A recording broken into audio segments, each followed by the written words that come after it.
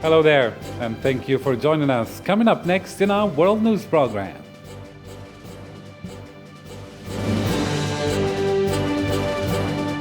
As Ramadan draws to a close, Muslims all over the world are celebrating Eid al-Fitr, and President of the Republic Abdelmajid Tebboune presented his best wishes to all Muslims around the world.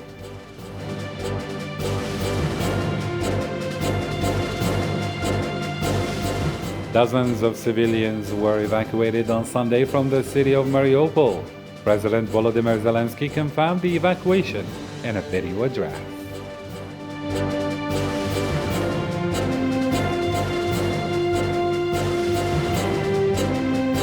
After lifting most of its lingering pandemic border restrictions, New Zealand welcomed visitors for the first time in more than 2 years.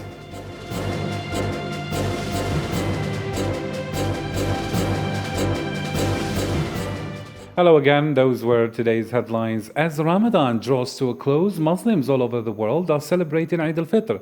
Eid marks the end of a month of fasting from dawn to sunset, as well as spiritual reflection and prayer under usual circumstances. The day starts with prayers, and a big meal is usually the main event, but there is lots of other ways people celebrate too. In Algeria, President of the Republic Abdelmajid Tebboune presented his wishes to all Muslims around the world and the Algerian people in particular. In Palestine, despite the persecution and the suffering and the usurping of the pure land of Al-Quds from its people, the customs in both Nablus and the Old City and Gaza remain the same for centuries, celebrating the sacred Islamic day in face of the unjust occupation, aiming to seize the Palestinian identity just as they stole the land. Hossein Burkan reports. Despite the loss of their land, Eid customs were not stolen from them, and they did not lose their traditions. This is the case of the Palestinians in Al-Quds, Gaza, and all the cities of occupied Palestine in the first day of Eid al-Fitr. Religious celebrations are a form of cultural resistance. The atmosphere of Eid is beautiful, and we have to celebrate it. Because last year we did not celebrate Eid due to the war.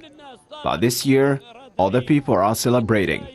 They come to buy sweets, chocolates and nuts for their sons and daughters in order to create the atmosphere of Eid in their homes and to create joy for people and their families. In the old city markets, the smell of cakes blends with the scent of history. In those ancient streets, the people of Al-Quds have peacefully celebrated Eid al-Fitr for hundreds of years. And despite the occupation, the Palestinians cling to their customs and dishes just as they cling to their pure land. Today we went out to shop and buy sweets for Eid because last year we were deprived of them and we haven't been able to go out and see the atmosphere of Eid. So we want our children to feel joy. In wounded Gaza, Fasikh still decorates families' table despite the siege. It is a dish of fish they eat after performing the Eid prayer, believing that it would compensate the soul they lost during a month of fasting.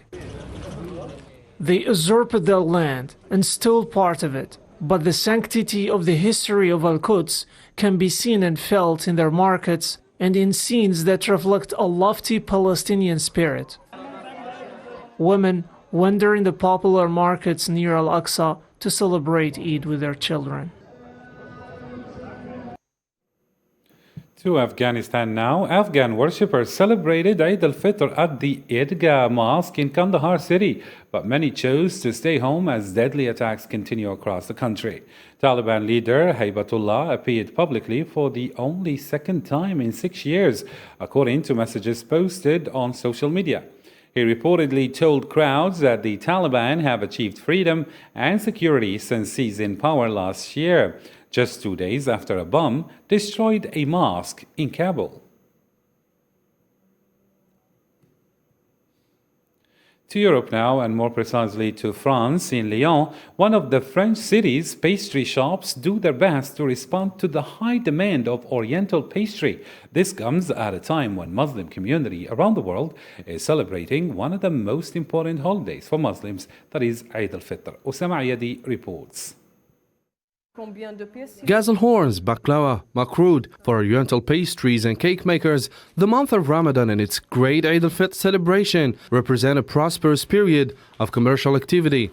Il y a deux fêtes. Là, on va fêter la fin de Ramadan. On va faire la rupture. There we are going to celebrate the end of Ramadan. We are going to make the break. So necessarily during the holidays we will consume a little more. And besides, it's a moment that we are going to celebrate with the family. So it's on this occasion, of course, we are going to take out the cards. The turnover can increase up to 5 times an ordinary month, says Rahma Bouzid, the director of the Masmoudi pastry shop, which employs 900 employees in Tunisia and distributes its sweets to 3 points of sale in France. In Lyon's store, customers flock to the approach of the celebration of breaking the fast and one of the most important Muslim holidays. It's the win of the year. It is this period that makes the year profitable for an oriental pastry shop. For Ramadan, the turnover can go or increase up to 5 times an ordinary month. The consumption increases enormously, let's say from the Muslim community of oriental pastry products during that month. The period makes the year profitable for an oriental pastry shop because the month of Ramadan represents a Christmas meal for 30 days. Explains the director of Masmoudi. She says there are customers that we see only during Ramadan, others only come the last week to buy pastries for Eid. France has between 5 and 6 million practicing and non-practicing Muslims, according to several studies, which makes Islam the second religion in the country and of the French Muslim community, the first in Europe. Dozens of civilians were evacuated on Sunday from the city of Mariupol in the southeast of Ukraine, where they were trapped in the steel complex of Azovstal with Ukrainian soldiers who are still resisting under the Russian bombs. The Russian Defense Ministry releases a video showing civilians being evacuated from an area near the Azovstal plant in Mariupol, without stating the date of the operation.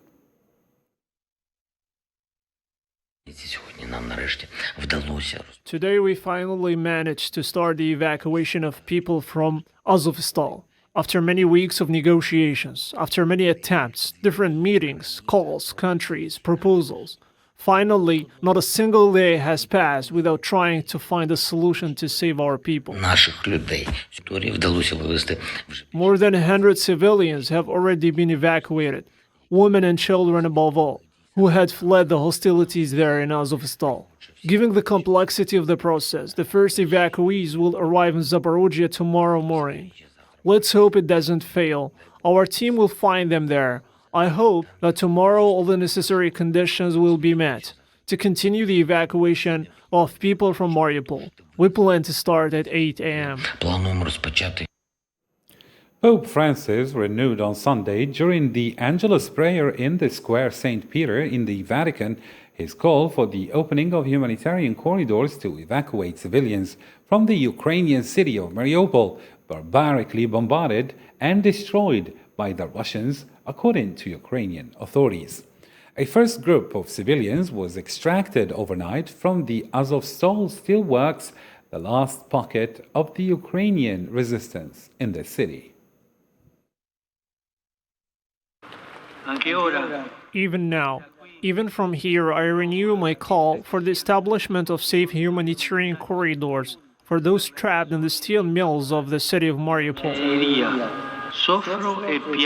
I suffer, and I cry when I think of the suffering of the Ukrainian people, especially the weakest, the elderly, and the children. There are even terrible reports of children being expelled and deported. Moscow opened doors to the Zaporizhzhia nuclear power plant on Sunday, the largest in Ukraine and Europe. Russian forces took control of this plant in early March, which has aroused concern of the international community. Hossam Barkan reports again. Zaporozhye nuclear plant, the largest in Ukraine and Europe, captured by Russian troops in early March, opens its doors for the first time. The clashes that took place there raised fears within the international community of nuclear disasters similar to that which occurred in 1986 at Chernobyl. Major General Valery Vasiliev, specialist in nuclear and chemical issues sent by Moscow to secure the site, assured on the spot that the plant is operating normally, in accordance with the environmental standards. The Zaporizhzhia nuclear power plant is operating normally in accordance with nuclear, radiological and environment standards. The radiological situation on the territory of the plant, as well as the sanitary zone and the observation zone, is normal. Displaying their casualness, none of the few soldiers standing guards were wearing overalls, masks, or any other proactive equipment against radiation. Residents and workers of the nuclear power plant are completely safe. All the conditions are in place for them to work comfortably, produce energy, and ensure the safety of nuclear power plants. Last week, the International Atomic Energy Agency deemed the situation at the Zaporizhzhia power station worrying, as none of its experts have had access since it was taken over by Moscow. Before the start of the Russian special military operation in Ukraine, the plant had capacity of almost 6,000 megawatts, enough to cover more than 20% of the country's electricity needs. Sergei Lavrov, Russian foreign minister, declares Moscow's upcoming Victory Day celebrations on May 9th will have no impact on the pace of its special military operations in Ukraine. Speaking with the Italian outlet Mediaset, Lavrov insisted on Sunday that Moscow would not rush to wrap up its operation in time for the anniversary, which celebrates Nazi Germany's surrender to Allied forces, including the Soviet Union in 1945. European Union energy ministers hold emergency talks on Monday as the bloc strives for a united response to Moscow's demand that European buyers pay for Russian gas in rubles or lose their supply. Russia halted gas supplies to Bulgaria and Poland last week after they refused to meet its demand to effectively pay in rubles. Those countries already plan to stop using Russian gas this year and say they can cope with the stoppage. But it has raised fears that other EU countries, including Europe's gas-reliant economic powerhouse, Germany, could be next. U.S. House of Representatives Speaker Nancy Pelosi met with Polish President Andrzej Duda on Monday at the presidential palace in Warsaw. Pelosi's office issued a statement saying that the U.S. delegation came to Poland to send an unmistakable message to the world that America stands firmly with our NATO allies in our support for Ukraine, end quote.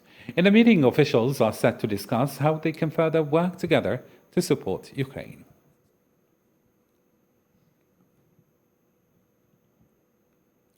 Denmark and Sweden are summoning Russia's ambassadors after a Russian spy plane violated the airspace of both countries. Their government said on May 1st, officials said the plane entered Danish airspace, on the evening of April 29th east of the Danish Baltic island of Bornholm before flying into Swedish airspace.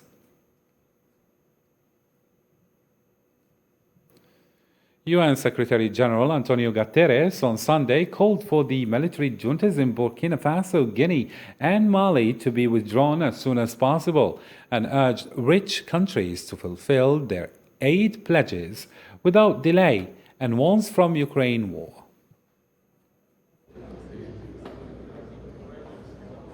S'agissant de l'Afrique de l'Ouest et du Sahel, with regard to West Africa and the Sahel, we discussed, among other things, joint efforts against terrorism and violent extremism, as well as the situation in Burkina Faso, Guinea, and Mali.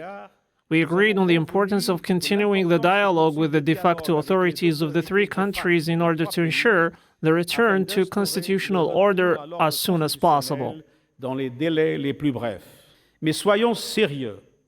But let's be serious. There will be no real solution to the global food security problem without reintegrating agricultural production from Ukraine, as well as food and fertilizer production from Russia and Belarus, into world markets.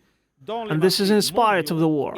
I'm determined to do everything to facilitate a dialogue that can allow the realization of this objective. La concrétisation de cet objectif.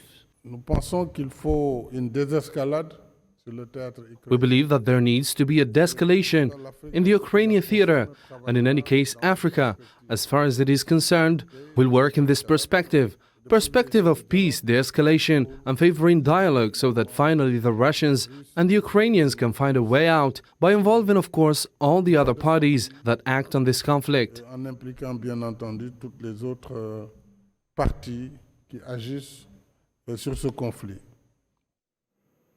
After lifting most of its lingering pandemic border restrictions, New Zealand welcomed visitors from the United States, Canada, the United Kingdom, Japan, and more than 50 other nations for the first time in more than 2 years on Monday. Sofiane Kinturi in the following. New Zealand welcomed tourists from US, Canada, Britain, Japan, and more than 50 other countries for the first time in more than 2 years, Monday after dropping most of its remaining pandemic border restrictions.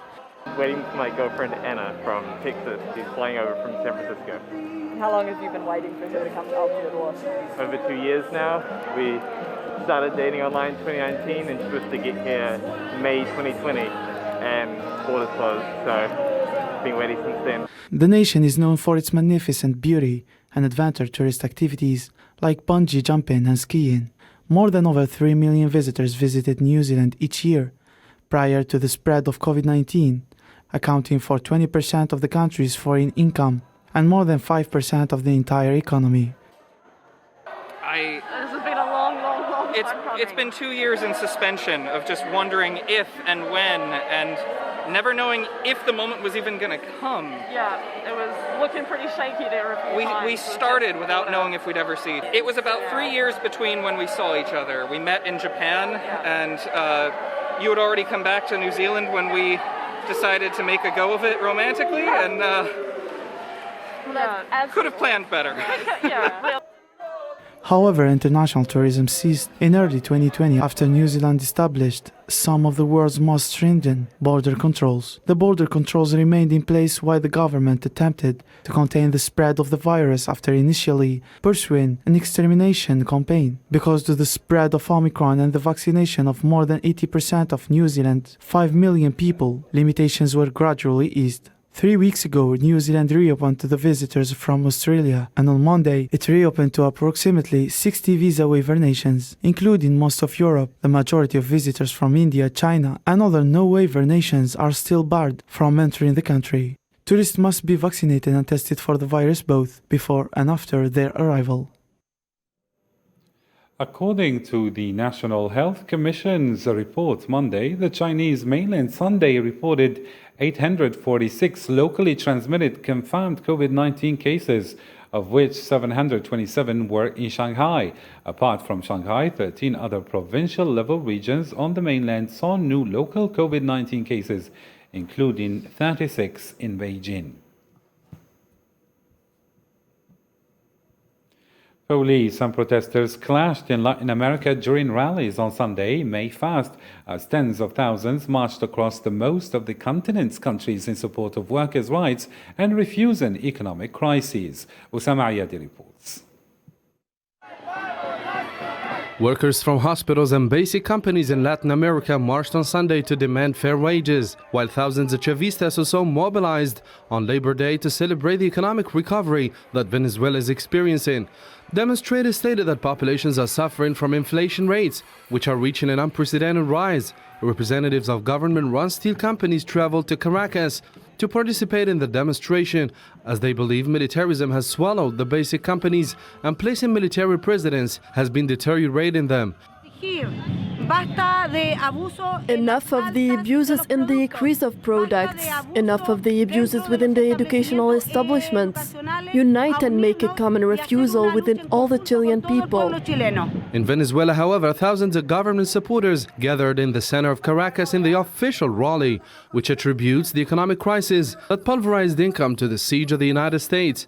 March participators celebrated the advances in salary matters, with the most recent increase decreed last March that brought the minimum wage to about $28 after being in less than $2. The American empire has besieged us and kept us in oppression, so we cannot allow that to happen, which is why we are here today in this march. In Chile, thousands of people gathered in the center of Santiago to march this May 1st for labor rights and demanding better wages, days after the government announced a 12.5% increase in the minimum wage. The march was held without incident and with little police presence, contrarily to Estación Central, where strong incidents took place between demonstrators who set up barricades. Some entered commercial premises and confronted local merchants. The police intervened the demonstration, dispersing the crowds with water cannons and tear gas. Thousands of opposition supporters rallied Sunday on the Armenian capital Yerevan to warn the government against concessions to arch foe Azerbaijan over the long-disputed Nagorno-Karabakh region. Protesters shouted demands for Pashinyan to resign, with many holding placards that read Karabakh.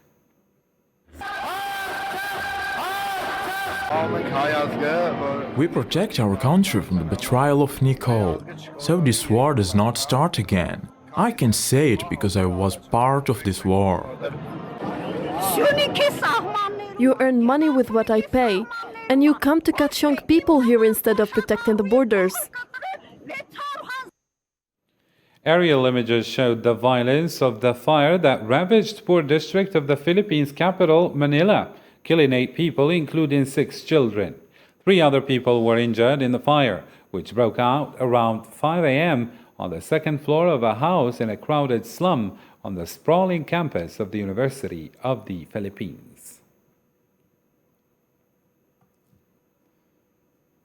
India accused Xiaomi Co. of breaching the country's foreign exchange laws and seized 55.51 billion rupees from a local unit of the smartphone maker.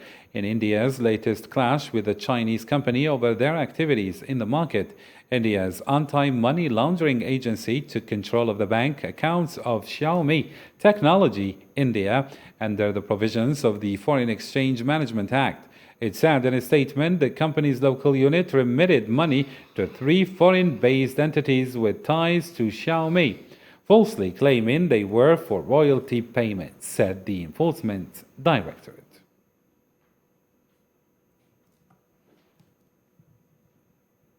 And before we wrap it up, here is a reminder of our top stories of the day.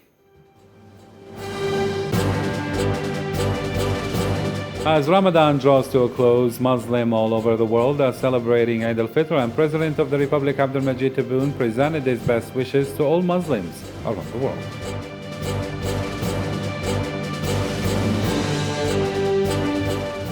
Dozens of civilians were evacuated on Sunday from the city of Mariupol. President Volodymyr Zelensky confirmed the evacuation in a video address.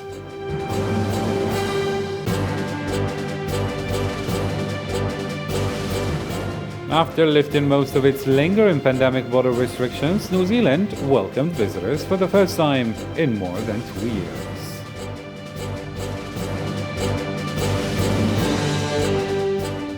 Well, that's the end of our program. Thank you for tuning in to our channel, and bye for now.